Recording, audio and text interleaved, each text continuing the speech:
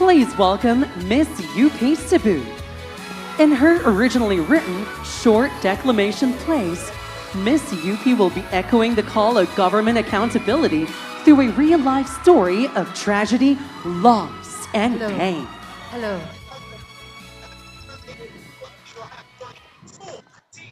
Unsa man kadako ang akong sala, nga gikuha man sa akoa ang tanan. Usa ka orihinal na piyesa sa pagdeklamar, bahin sa kasakit, bisan pa man sa pagkaluwas.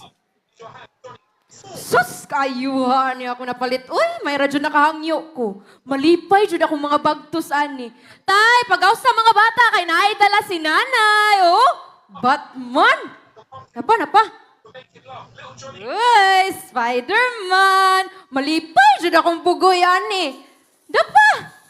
Superman, kumpleto. Tay, pagawsa na ng mga bata ba? Kay maniudto na ta. Tay!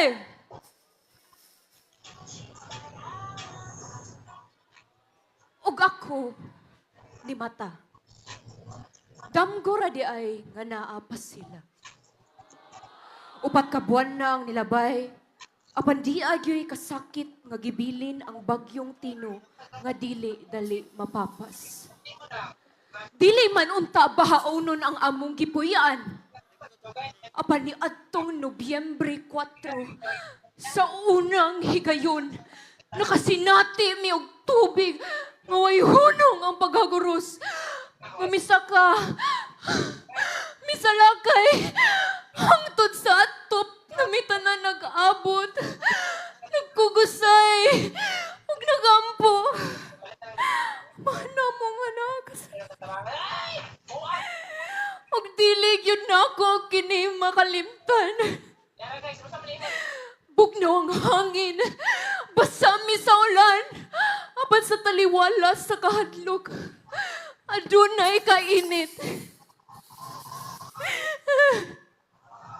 Ang gakos sa akong bana nga nagkupot ka namo, nga nagagkos sa among mga anak, nga murabag nagasultig, basta mag-uban ta, mabuhi ta. Pero nga naman, tay, nga naman nga gisundan ta sa tubig nga atong gilikayan. Kikusog-kusog, labaw sa tanan, gibuwag-buwag.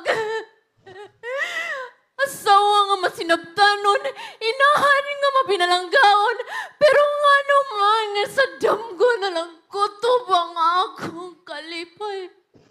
Nga naman nga sa damgo na lang kutob ang pagpalit o biste sa akong mga anak. Kusalaman kiniyon sa man kadako ang akong sala.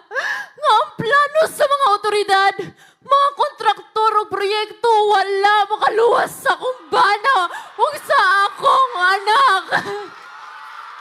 Mga kaigsuonan sa Bohol o Sugbo, papanubaga ang angay manubag.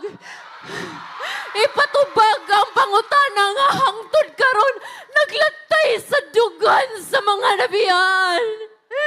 Unsa man kadako ang akong sala, nga gikuha man sa ako ang tanan.